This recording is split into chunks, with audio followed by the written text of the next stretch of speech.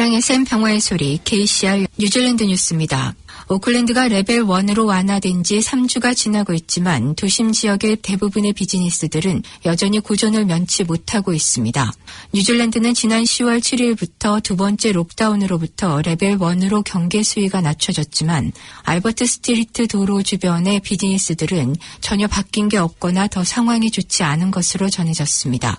특히 알버트 스트리트는 지난 몇 년 동안 지하철 공사 작업이 계속되고 있어 정상적인 영업 활동이 이루어지지 않는 상태에서 코비드19의 영향으로 거리를 지나가는 사람들의 수가 급격하게 줄어들었습니다.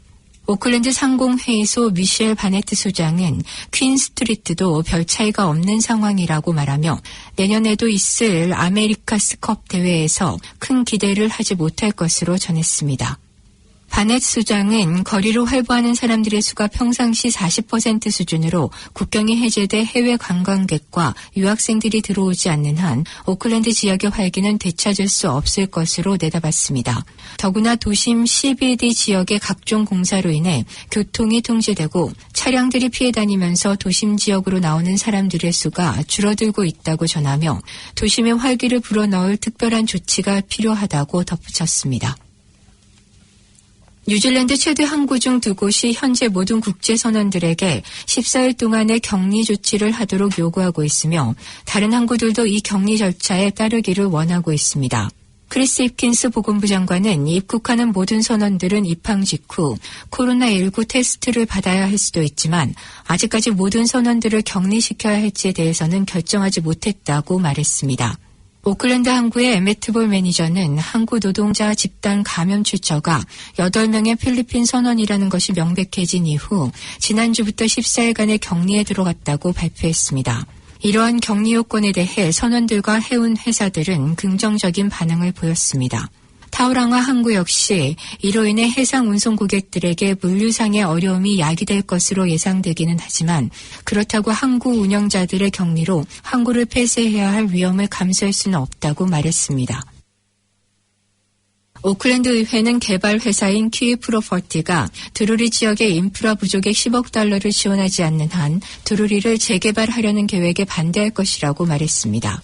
퀴 프로퍼티는 드루리 이스트에서 약 330헥타르의 주거와 비즈니스, 오픈 스페이스 존을 재편성하려고 하고 있습니다. 의회 관계자들은 이 작업이 진행되기 위해 인프라에 자금을 대는 데 필요한 10억 달러 이상의 부족액이 남아있다고 지적했습니다. 여기에는 교통 관련 프로젝트 600만 달러와 스톰워터, 하수도, 공원 및 지역사회 시설의 관련 비용 500만 달러가 더 포함된다고 밝혔습니다. 오클랜드 전략위원회 메간 타일러 전략실장은 드루리의 도시화를 지지하지만 현재 4개의 민간 계획 변경의 가장 큰 도전은 인프라에 어떻게 자금을 지원하느냐며 합의된 인프라 자금 지원책이 마련되지 않으면 청문회에서 반대 의사를 밝힐 것이라고 강조했습니다.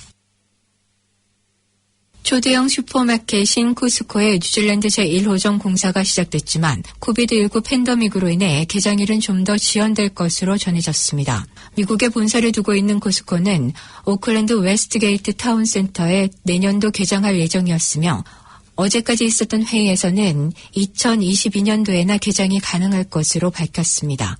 공사는 8주 전부터 본격적으로 시작됐으며 완공되면 주유소와 푸드코트, 안과와 청각 보조 서비스 센터 등을 갖출 것으로 알려졌습니다. 코스코는 전 세계적으로 800개의 매장을 갖고 있는 제2의 대형 소매점으로 호주에서는 2009년부터 시작돼 11개의 매장이 운영되고 있으며 회원 가입비는 뉴질랜드 $60 정도인 것으로 전해졌습니다. 12명이 넘는 승무원들이 이번 키위레일의 관광열차에서 세계적인 수준의 고객 서비스를 잘 활용하고 있습니다. 키위레일은 코스탈 퍼시픽과 트랜스알파인 트레인을 폐쇄한 이후 새로운 프리미엄 서비스를 시작했으며 항공 승무원을 열차 승무원으로 전환했습니다. 에어 뉴질랜드와 함께 4년 동안 비행한 한 여성 승무원은 코비드19로 인해 구조조정된 후 TVNZ과 인터뷰에서 항공기를 타는 것이 절대적으로 사랑했던 직업이고 정말 오랫동안 했던 일이었기 때문에 참담했었다고 심경을 밝힌 바 있습니다. 그러나 그녀는 키위레일에서 새로운 일을 시작하면서 일을 즐기고 있습니다.